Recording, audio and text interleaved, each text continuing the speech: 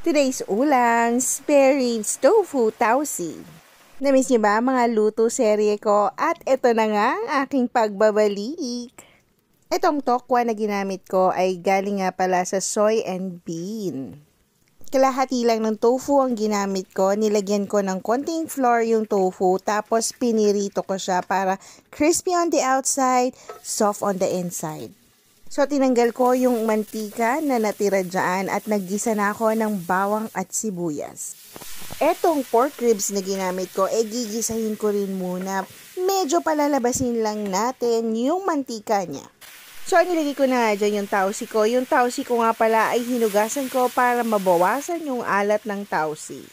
At naglagay na ako dyan ng soy sauce at naglagay din ako 1 kutsara ng asukal. At mix mo lang yan, girl.